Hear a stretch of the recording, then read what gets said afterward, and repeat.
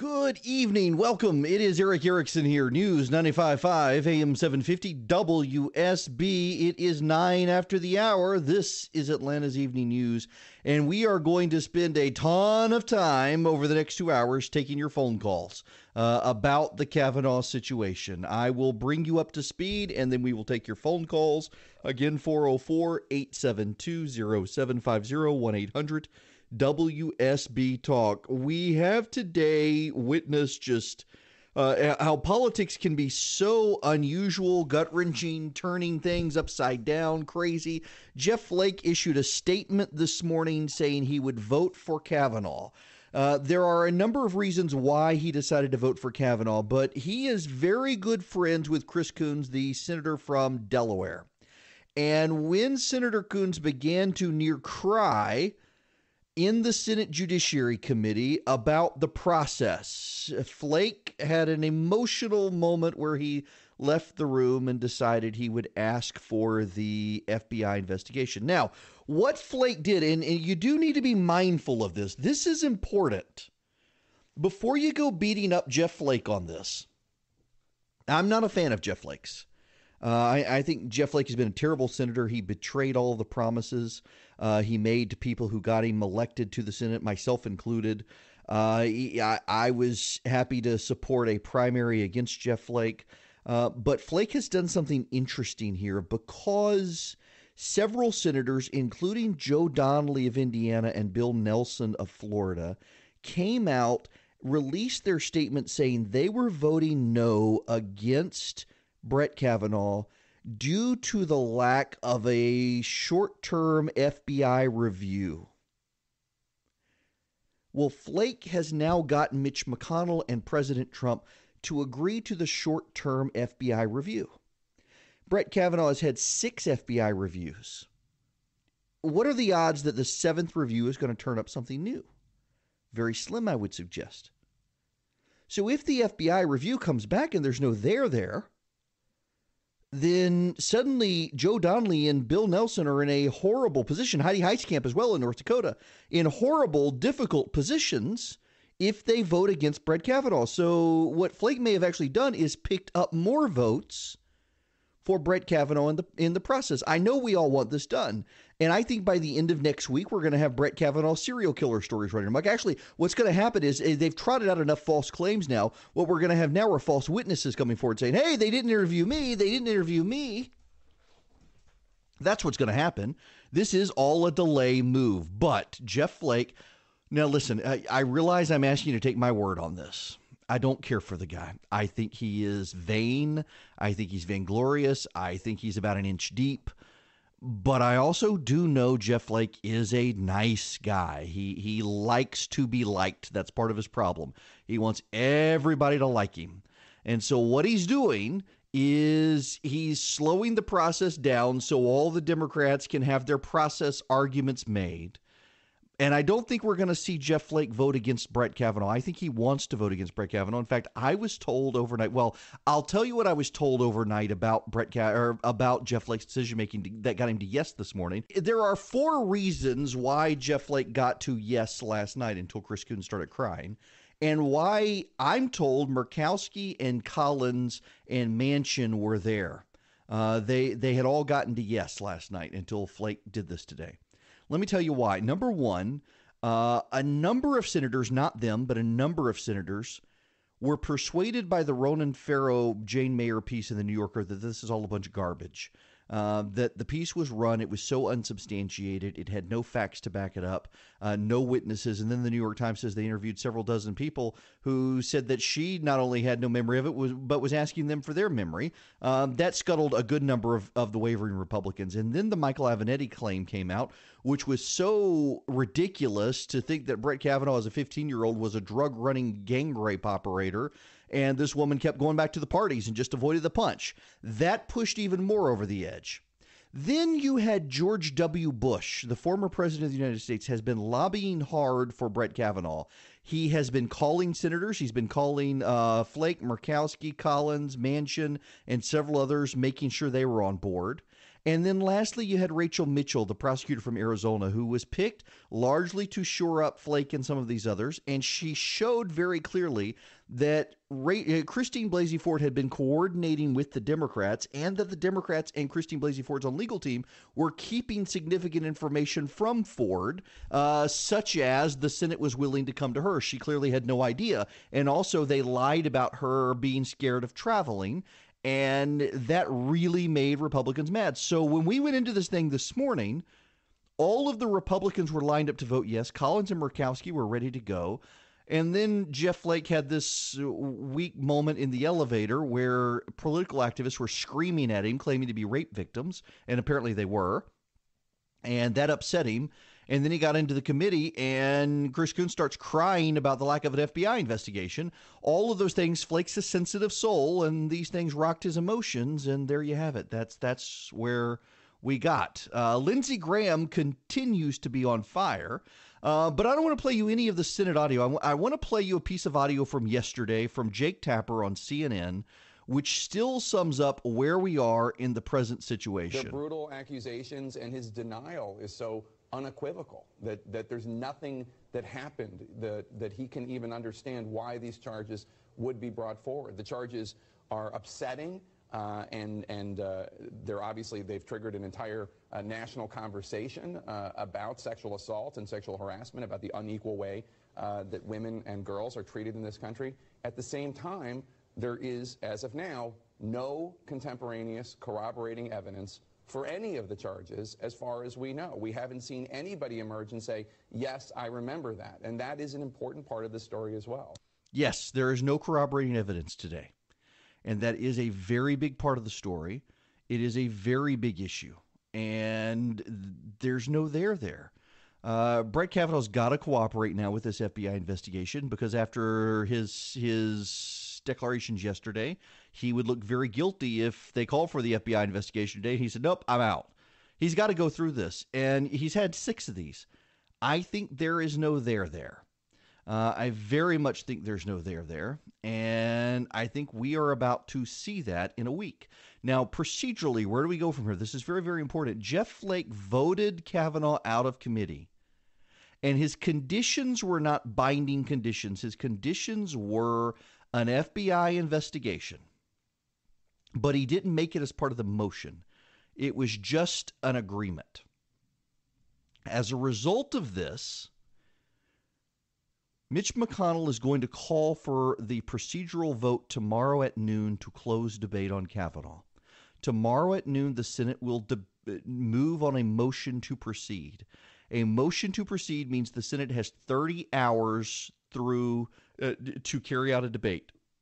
What McConnell is agreeing to do is, if they do the motion to proceed, they will have until Friday to wrap this thing up. He won't force it within 30 hours. He will wait until Friday. That's the state of play right now in the U.S. Senate. When we come back, I'll start taking your phone calls and your reaction. 404-872-0750, 1-800-WSB-TALK. And don't forget, you can reach out to me on social media as well, Twitter, Facebook, Instagram at EW Erickson.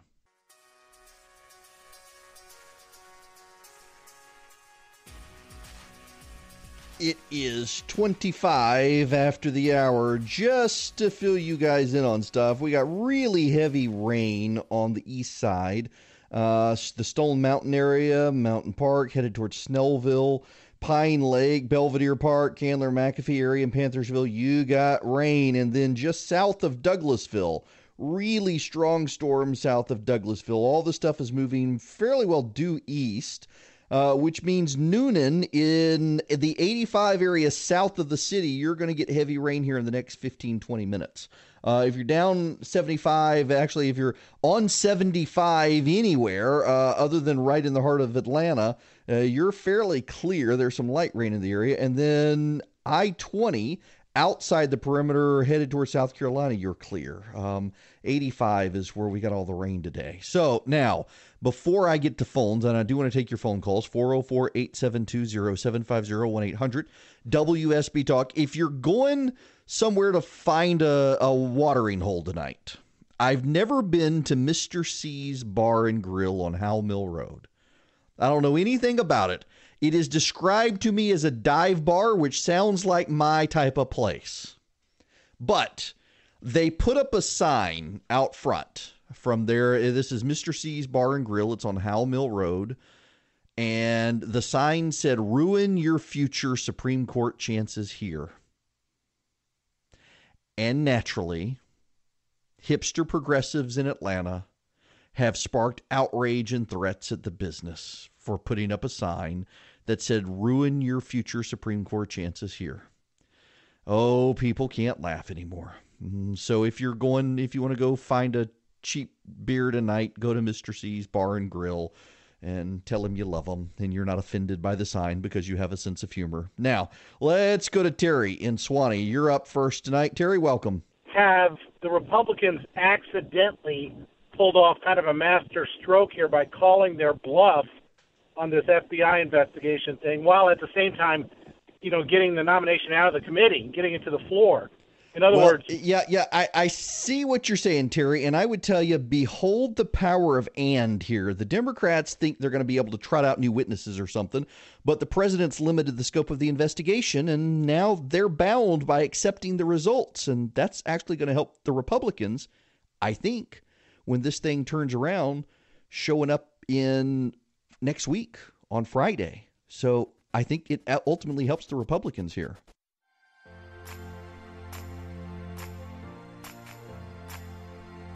Welcome back. It is Erick Erickson here, News 95.5, AM 750, WSB. Really heavy rain over I-20 and 285 on the east side. It is past Stone Mountain now, but it's headed towards Snellville and Loganville. You're going to have rain there. Lawrenceville, Decula, Auburn, and Winder, you got some rain going on there. And in the Douglasville area and the Villa Rica area, you got rain over I-20 between Villa Rica and Douglasville. That's very heavy. Noonan, you are about to get smacked. If you are headed down to Noonan on 85, you are just going to get smacked with rain, and it is going to go all the way down to near LaGrange by the time it's over. Noonan, you'll be getting rain on the west side of Noonan right now, and on the east side of Noonan headed towards Peachtree City, you're going to be getting rain in the next 10, 15 minutes. So just keep an eye out for it. Make sure your headlights are on. The phone number 404-872-0750, 1-800-WSB Talk. We are going back to the phones, and I am going to Lewis in Duluth. Welcome.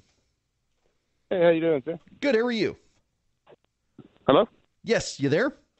Yes, I'm here. All righty. Hey, long-time listener. I've been listening to you for a while now. But, hey, I'll get straight to my point.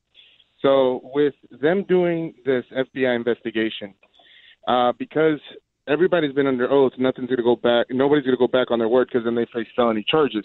So then, therefore, if they were able to find out that Ms. Ford lied about Kavanaugh, does she face the felony charges?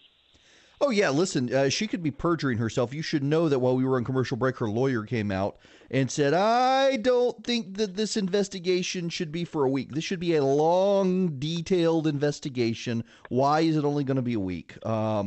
Partisan lawyer. Listen, yeah, Ford could be in trouble here. I don't think anyone would actually charge her because she came across so sympathetic. But we haven't heard from Mark Judge.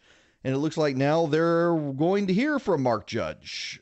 Jeff in Sandy Springs, you're next. Welcome. Hi, Eric. Hey there. Okay. Well, Eric, everyone in this country needs to learn a big lesson, and I know how to do it. How's that? Well, think about this. There's one important group here that we've not heard from, and that's the Supreme Court. Mm-hmm. Imagine this.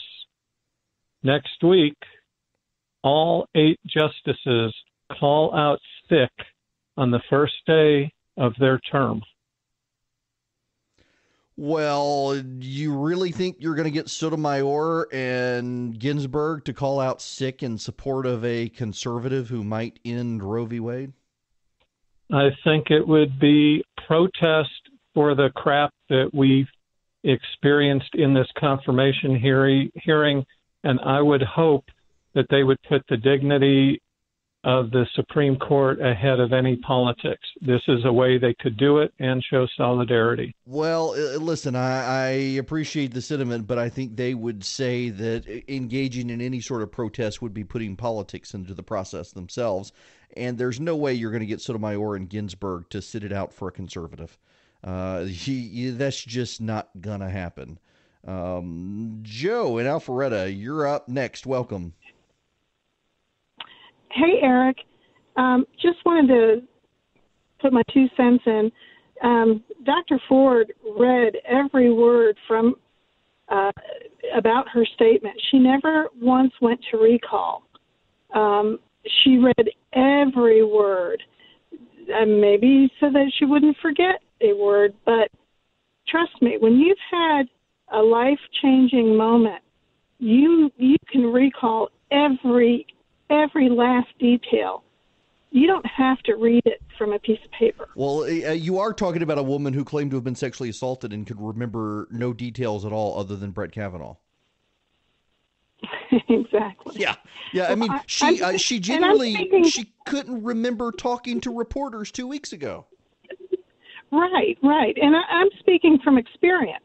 I mean, 30, 40 years ago, and I can tell you what the temperature was. I can tell you the scent in the room. I can tell you the lighting. I can tell you every detail, and in chronological order, not going ahead of myself or leaving anything out.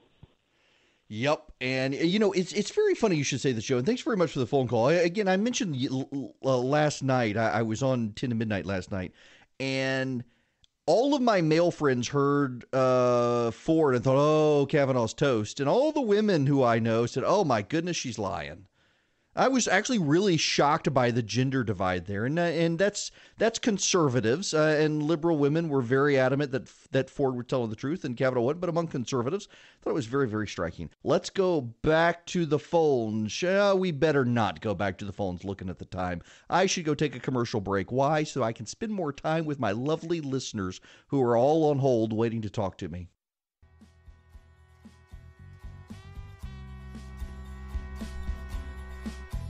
Hello there. There is news. There's new news just happening. The Senate is not going to have the motion to proceed tomorrow after all. They have decided that they can do it midweek, that there's no reason to stick around for tomorrow since they have decided to push off until the end of the week. The FBI investigation will get going. It'll be a good faith show from the GOP. And they will schedule the motion to proceed and have this wrapped up by Friday, supposedly. We will see. That's the state of play. The phone number here, 404-872-0750, 1-800-WSB Talk. Let's go back to the phones. Catherine, you're up next. Welcome. Hi. Hi there. Hi. Thank you for taking my call. Sure. I have 2 questions. I'm an outraged Republican right now that my Republicans have crumbled again to the Democratic Party games. But my question is, if they're going to do this supplemental investigation into Mr. Kavanaugh, are they also going to do a background check on Ford Blasey? What they will do is they will limit it to her statements because she's not the nominee. They don't do a full background check on her. What instead they do is they everything they tell her, every person she names, they will then go interview those people and try to build a more complete picture of what she says happened. And they will look into her background, whether she was promiscuous or drinking, like at the age of 15. No, they will not, unless if it comes up in the various conversations. If someone says they were all drinking or something, they will explore that. But they won't delve further back. Remember, this isn't a criminal investigation.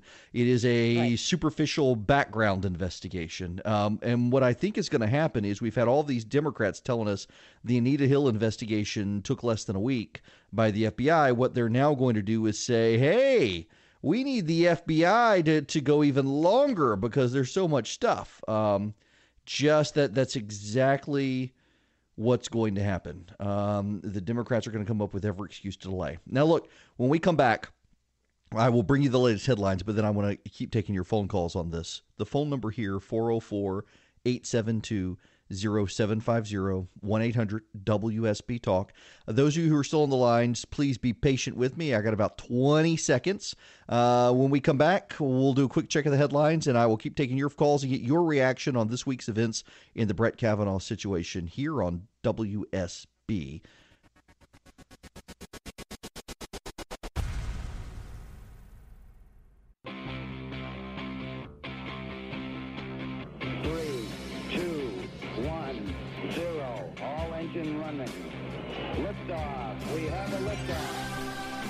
It's 9 after the hour. I'm Erick Erickson. This is Atlanta's Evening News. We're going to spend this hour on your phone calls. 404-872-0750, 1-800-WSB Talk. I got to do the obligatory radar reading, though, because we got some heavy rain. There is south of I-20 is most of it. The Carrollton area, heavy rain over Carrollton right now. Douglasville is about to get some more rain. Powder Springs, Austell, Lithia Springs, and Mableton, you'll be getting rain here very shortly. It's rolling through Snellville right now on the way to Loganville. Lithonia is about to get it. Lakeview Estates is going to get it. It is cleared out of Decula right now, but it is headed towards the Athens area. On the south side, Noonan, you think you're through the rain, but you have more coming. And Peachtree City and Sharpsburg, you're about to get it.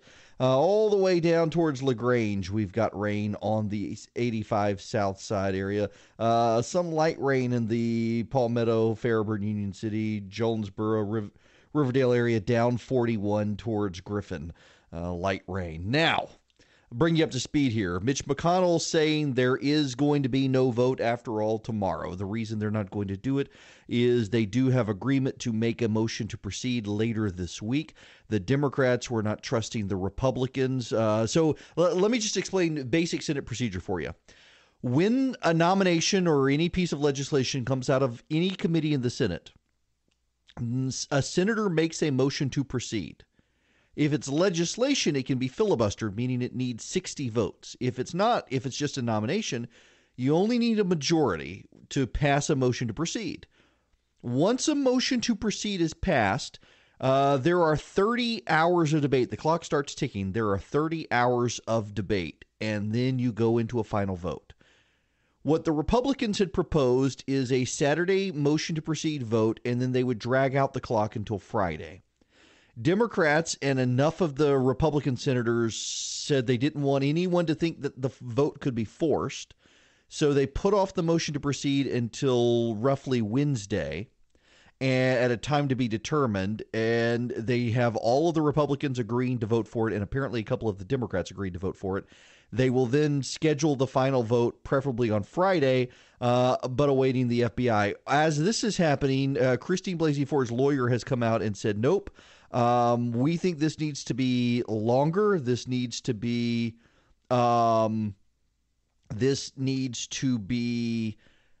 dragged out as long as possible. This needs to be very thorough. But they are saying they will make Christine Blasey Ford available. They just haven't said they'll make her available this week. Susan Collins, Lisa Murkowski, Joe Manchin, Heidi Heitkamp, and Jeff Flake have all come out with statements this afternoon saying this is a one-week investigation of existing credible claims. That means they're not going to investigate Avenatti. They're going to investigate Christine Blasey Ford. They're going to focus there. They may look into Deborah Ramirez, maybe, possibly, but not 100% sure. Now, one other issue, I thought it was very interesting. Stacey Abrams has come out against Judge Kavanaugh, as you know. Nathan Deal has come out for him, as has Brian Kemp. But one of the blurbs in the news items about Stacey Abrams is she's also gotten an award about fighting human trafficking, which is very, very funny because it just so happens that, well, this is a significant attack on her and a credible one from the state legislature. This wasn't even the Kemp campaign that leveled it. It was some other Republicans who worked with her that they were pursuing human trafficking legislation in the state house, and she walked out so she didn't have to vote for it because she had some constituents who didn't like it because they were afraid it could hurt some of their supporter. So she walked out and did not vote for the human trafficking legislation. And so coincidence, she's now got an award about fighting human trafficking after walking out on the vote. That's how politics is done these days. Now, before we get into your calls, let's go check traffic with Mark McKay. And now, you see, this is real-time news here. After me telling you all of that about Senate procedure and how they don't have to do anything until Wednesday, the Senate has just formally agreed to have the motion to proceed tonight. They've now got the Democrats have come back and said, you know what, that's okay. We don't want to stick around. We trust you. Jeff Flake apparently has been getting the Democrats to do this so they didn't have to come back next week. They could be out on the campaign trail. Jeff Flake, keep in mind, is going to New Hampshire on Monday to deliver a presidential speech. He thinks he's going to challenge Trump in 2020. Fat chance now. Seriously, they had decided like 15, 20 minutes ago they were going to do the motion to proceed on Wednesday. Now they're saying they're going to do it tonight, possibly by unanimous consent, so no one has to stick around. McConnell can do it himself, and they will have the vote scheduled for next Friday, but they will not be meeting this weekend one way or the other. All that said, we're going back to the phones. I am going to Gordon calling from Athens. Welcome. Hello. Hi there. I wanted to ask you a question, Eric. Uh-huh. Okay. If they call for an FBI interview, okay, and the lady has to be interviewed by the FBI, and she hasn't come up with a date to this point in time, and if she gets a hold of that calendar, what's to stop her from saying, this happened on this particular date after looking at his calendar? Yes. Well, and as a matter of fact, there is a date, July 1st, I believe it was, on Kavanaugh's calendar where he was at Timmy's house with Mark Judge, PJ, and several others, according to his calendar. And the Democrats, look, this is the date. All the people are there. Although it's a bunch of other people we don't know, and he says it's for skis. We don't know what ski is. The Democrats are saying it's short for brewski. That's what it is. They're convinced of it. It's all over his calendar. We have no idea what it was. But yes, it would not surprise me that his calendar will jog her memory. The FBI will have to probe that. But again, all the people she said can prove that she's there have said this never happened. So they're going to have to deal with that. Mark, incoming. You're going to be next. Welcome. Good afternoon, sir. Hi there. Hi. I think you answered my question earlier as to whether or not if they find Mr. Kavanaugh to be truthful, whether they would prosecute Dr. Ford for lying. Do you think that they would? No, they would not. No one is going to charge Ford with lying. The reason they're not going to charge her with lying is that it would continue the saga. And Republicans want this all over and done with. That being the case, why the GoFundMe accounts? What is all of this money going to? Where is it going to if it's not going to protect her if she gets prosecuted? Right. Well, so a liberal activist set these GoFundMe accounts up. She was not actually involved in the setting up the GoFundMe accounts. She had a bunch of liberal activists set them up, claiming they were going to help her pay her legal bills and whatnot, pay her lawyers. Maybe her lawyers said they were doing it pro bono. Maybe now they will take the money. They don't actually have to take the money out of GoFundMe. It can be refunded. Maybe that will happen. I'm not sure. But she was not involved in setting up those accounts. However, there have been hundreds and hundreds of that. I think I saw today $700,000 maybe raised. I have no idea. But she wasn't involved with that, and she can decline the money, in which case it's refunded to everyone. But she's not going to get prosecuted for lying unless the FBI were somehow able to show that there was a clear, coordinated attempt to design this accusation. It was completely false. She was never attacked by anyone, and on and on and on. And a 1 week cursory background investigation isn't going to show any of that stuff. So she's not going to get prosecuted for lying. They're not going to do it. They all came away thinking she had been attacked by somebody. They just don't think it was Brett Kavanaugh.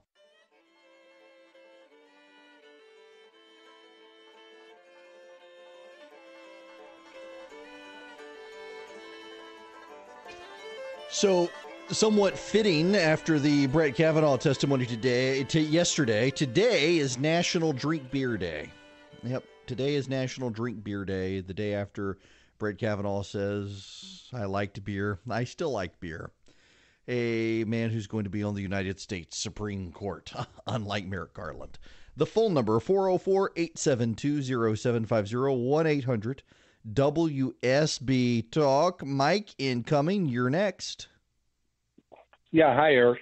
Hi there. I had two questions. First of all, and maybe you covered this, so forgive me, but the FBI is going to be looking into these allegations with Blasey Ford. Are they going to do a more in-depth interview with her as opposed to the woman that the Republicans had? So they're going to, cross-examine her, if you will, for lack of a better term. No. So what happens with these background interviews is they essentially take her statement. They take her statement on what does she say happened, and who does she say is there, and where does she say it happened. And so if she can tell them where it happened, then they track down the property owner and they interview the property owner. Then they interview all the people who she says were there. And if they interview those people and say nobody was there or somebody else was there, then they go interview those people. Okay. Now, the second question I had, during this process, will anybody from the FBI be investigating the leak that started this whole thing? Supposedly, this all came about because it got leaked to the press. So is the FBI going to go looking into that aspect of this? They should. What they need to do, but the Senate is going to have to ask for that as a separate investigation. Who leaked the memo? Because Dianne Feinstein's office was the only one that had it. And so it's got to be somebody from her office, and they deny it. So they should look into this. If you'll recall, after the Anita Hill investigation in 1991, Senate Democrats, who were in charge at the time, insisted on a investigation into who leaked the FBI background information relating to Anita Hill and Clarence Thomas. That was leaked, generating the controversy. And Anita Hill's statements, they held an investigation, and I do believe they found it was certain Senate staffers who had done it. I think they're going to do the same here after this is done.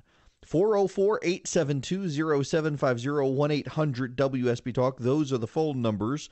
When we come back, we will keep taking your phone calls on what is happening with the latest on the Kavanaugh situation.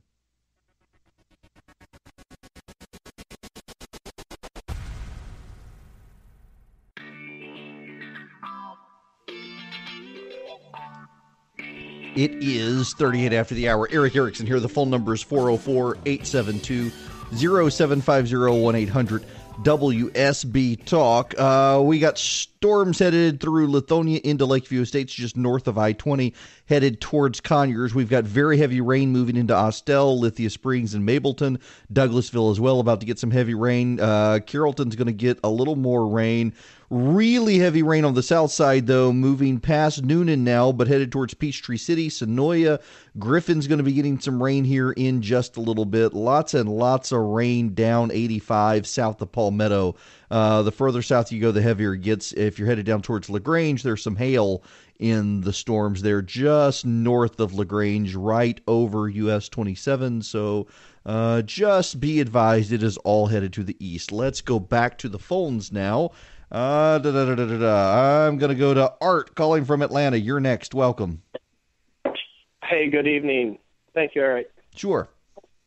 Quick question. Following the bouncing ball here with the how the Democrats have behaved, wanting a settled FBI investigation, could you give me your insights on how legitimate will this FBI investigation be, given the whole Russia dossier deal and the credibility they've lost? I mean, it seems like another gotcha setup, the Democrats, and I'm not a conspiracy guy. I used to be cynical, but now I'm kind of in a reality world. So, well, this puts the FBI in a terrible position if they're trying to overcome it, because if they say there's no there, Democrats are going to attack them. If they do say there's something there, Republicans are going to attack them. This is a job the Senate could have done itself. And that was the entire objection to the Republicans, is they have investigative oversight of the second and third branches of government. So why are they abdicating their investigative oversight to those branches of government? But this is going to happen now. What typically happens here is you have career FBI agents. I actually know something about this because I've had several friends who have gotten appointed and are now on the federal bench. And what happens is FBI agents who are just their field office agents. So Christine Blasey Ford, she's out in Palo Alto, California. The local FBI agents are going to go interview her. If Mark Judge is in Delaware, well, the guys up in Dover, they're going to go interview him. The ones in Maryland are going to go interview Kavanaugh. It's not going to be the same people by and large. It'll be different people. They will do detailed interviews with them. And then all the people that they name are going to get interviewed, and all the people they name are going to get interviewed. And it's going to happen through an entire week. It's going to consume massive amounts of resources in the field offices. It is not going to be a Washington, D.C. based FBI investigation. These are going to be the career guys lower on the totem pole doing these investigations, because it's not actually an investigation. It is background interviews. And at the end of the week, they will have compiled all of their stuff. They will say there's a there or there's not. Essentially, it will be transcripts of interviews they've conducted with these people. They will probably conclude there's not enough information there because Christine Blasey Ford has given them no information. They will interview Mark Judge. They will interview Leland Kaiser, both of whom have said there was no there. They'll interview P.J. Smith, who says there's no there. And then they'll report back and say, look, all these people say there's no there. Then they'll go interview Deborah Ramirez, who will say Brett Kavanaugh may or may not have exposed himself. She was too drunk to remember. And then they will interview the other people at the party, all of whom will say, nope, this didn't happen. That's what the New Yorker reported. That's what the New York Times reported. So they will then go from there and see whether or not it helps senators. What will happen is you will find that Democratic partisans have said Kavanaugh did something, and Republicans will say he didn't, and of those who were interviewed. And then the FBI will take that back, and Democratic senators will say, see, there's a there. And Republicans will say, see, there's no there. And that'll be the end of that. David and Tyrone, you're next. Welcome. How you doing, Mr. Erickson? I Good. hope you and your family are doing well. We are. Thank you. I caught something yesterday with Dr. Ford's testimony that because she was drawing me in. I was starting to believe her. And then she made under oath testimony that Brett Kavanaugh, and I'm not quoting it directly, I'm sorry, Brett Kavanaugh put his hand over her mouth, and that is when she became most afraid that he was going to accidentally kill me. And that is what has affected her most of her life, according to her testimony. Now, I'm sorry, if you're being sexually assaulted and you think somebody's accidentally going to kill, that needs to be questioned big time. There are a lot of questions in the things she said, and I hope that the FBI will. And, Rachel Mitchell, who was the prosecutor who asked her those questions, said she just didn't think that there was anything there to prosecute Brett Kavanaugh over. Not only that she didn't think she would even be able to get a search warrant for him based on the claims. There are a lot of questions there. Brad in Snellville, you're up next. Welcome.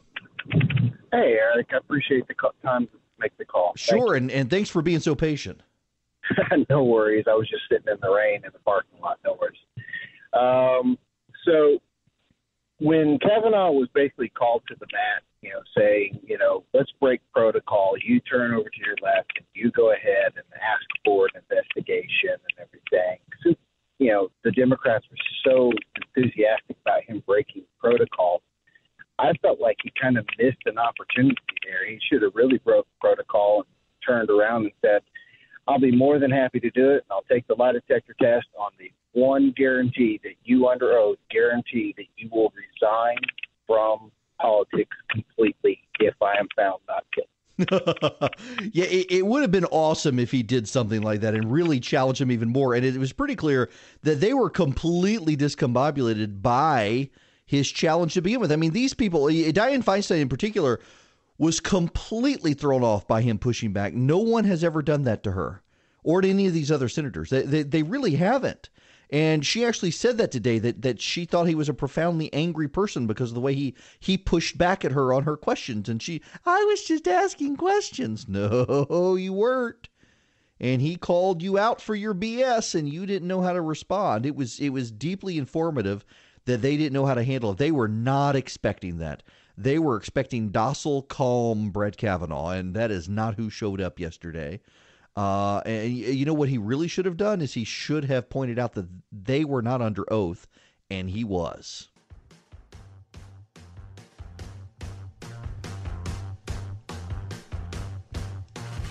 It is 54 after the hour. If you're on the south side, you got a lot of rain down 85 south of Palmetto in the Noonan area. It is headed east, Sharpsburg, Sonoya, Peachtree City, Fayetteville, Brooks, all the way down to Griffin. You're going to be getting rain. Now, back to the phones we go. Larry in Marietta, welcome. Hey, Eric, how are you? I'm well. How about yourself? I'm very good. I watched the entire hearing yesterday, and I had some credibility issues. I thought she was very credible with her emotion or sympathy, but her factual credibility was severely lacking. And I think there's two kinds of credibility there. Oh, yeah, the emotional credibility. Yeah, I'm glad you put it that way. Her emotion, yeah, it's clearly something traumatic happened to this woman, but she couldn't remember any of the details, even as of 2 weeks ago, and what she said to the Washington Post and what she gave the Washington Post and whatnot. Well, the question comes to my mind is all of this testimony that she's given, I'll call it testimony, is all of that subject to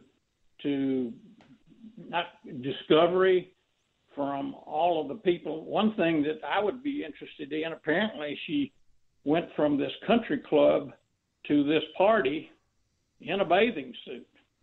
Well, and all, a lot of that information has changed. It was a swim club that she was at within this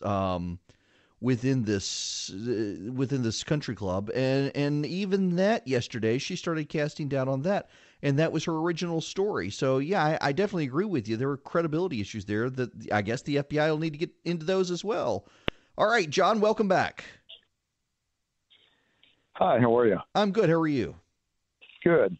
So I watched the hearings yesterday too, and I've just been pondering what we might be talking about a week or 10 days from now. And it seems to me that if the FBI doesn't turn up anything, and maybe even turns up something that discredits Dr. Ford, then what do the Democrats do? Will they vote for the nominee for the Supreme Court? And if they don't, I think they'll look awfully disingenuous.